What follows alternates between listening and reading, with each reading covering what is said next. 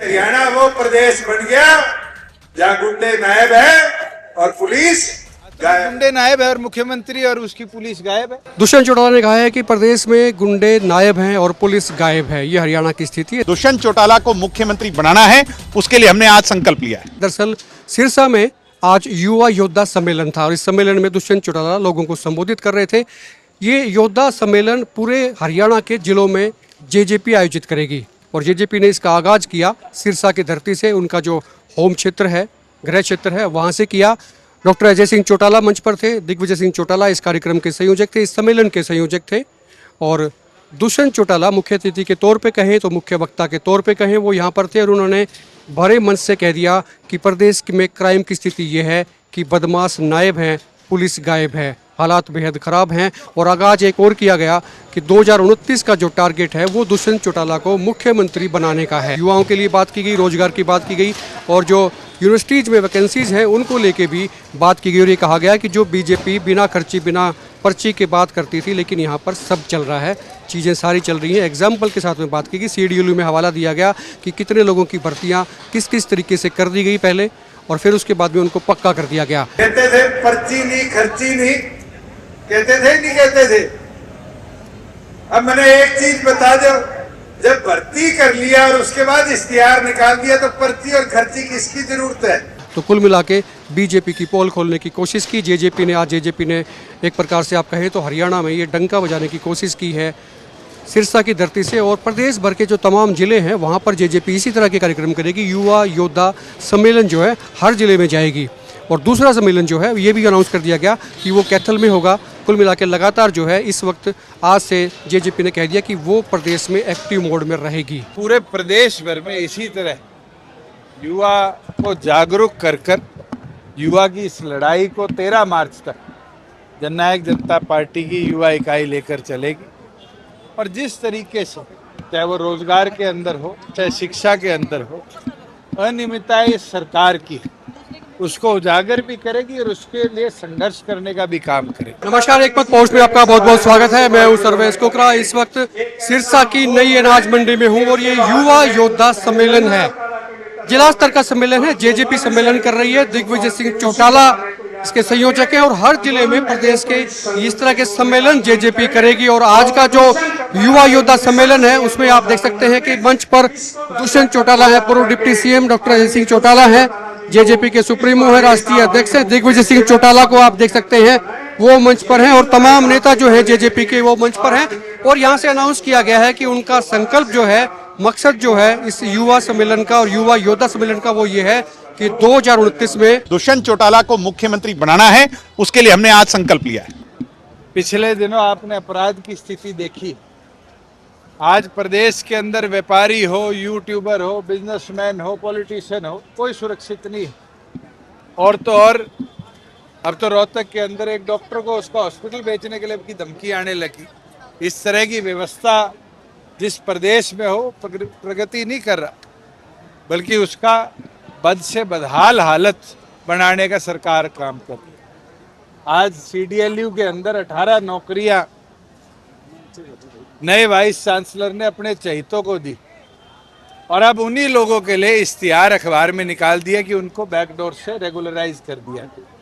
जो लोग खर्ची पर्ची की करते थे बात, आज वही बैकडोर के माध्यम से प्रदेश के अंदर रोजगार को लूटने का काम कर रहे हैं। और एक यूनिवर्सिटी नहीं, जैसे जैसे युवा योद्धा प्रदेश के अलग अलग जिलों में जाएगा वहाँ के कॉलेजेस और यूनिवर्सिटी के अंदर भी जो अनियमितताएं होंगी उसके लिए संघर्ष करने का काम कर। और आज जहाँ धान और बाजरा मंडियों में आ चुका है, सरकार अब तक किसान की ना तो खरीद कर पाई और ना उसको MSP दे पाई।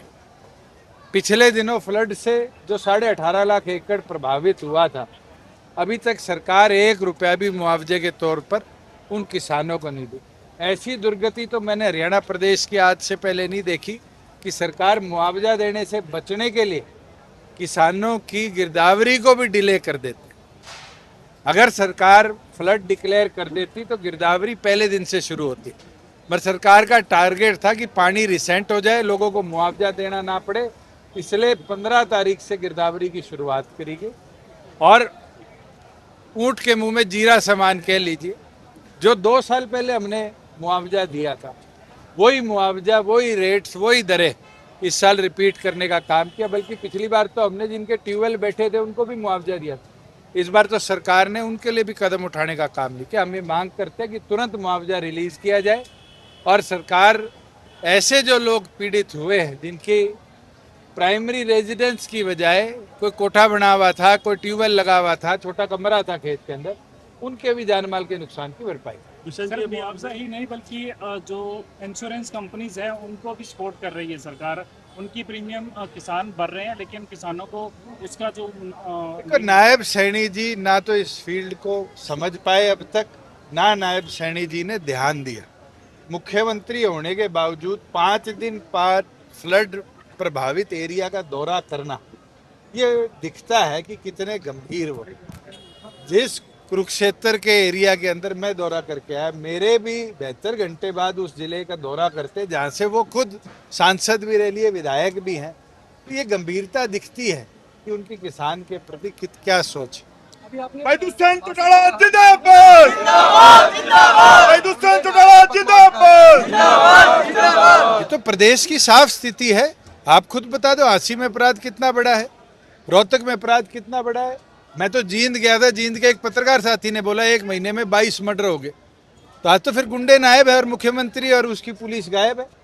प्रदेश की law and order situation clear है और मैंने कहा ऐसा कोई वर्ग नहीं बचा। और थोड़े दिनों में ये जो ठेले वाले हैं या जो कोई छोटा मोची का और काम चलाते हैं, इनसे भी फिरौतियां मांगने लग जाएंगे लोग।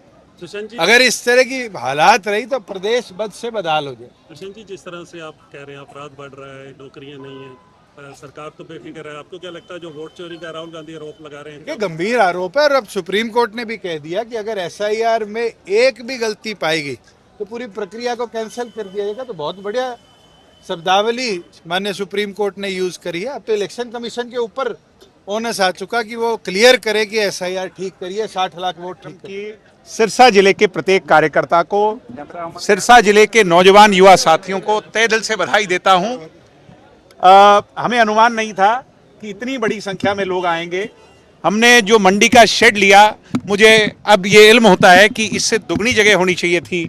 मैं प्रत्येक व्यक्ति, प्रत्येक नौजवान जिस जोश उत्साह से आज पार्टी के प्रति यहाँ पर उत्साह दिखाते हुए और सरकार के प्रति जो सरकार ने वादा खिलाफी की उसके प्रति अपनी नाराजगी दिखाते हुए जो यहाँ आया, मैं उन सब लोगों का तहे दिल से धन्यवाद करता हूँ। ये शुरुआत है, अगला कार्यक्रम कैथल में होगा, उसके बाद ये कारवा जो है पूरे प्रदेश के हर जिले में जाएगा। 13 मार्च को इसका समापन होगा और उस दिन सर्व हरियाणा ऐतिहासिक युवा योद्धा कार्यक्रम जो है पूरे प्रदेश का होगा, जिसमें लाखों प्रदेश के युवा जो इस मुहिम से जुड़ करके हमारे साथ चल रहे हैं, वो उस दिन एक आवाज के अंदर प्रदेश की सरकार के सामने चुनौती बनकर के खड़े होंगे।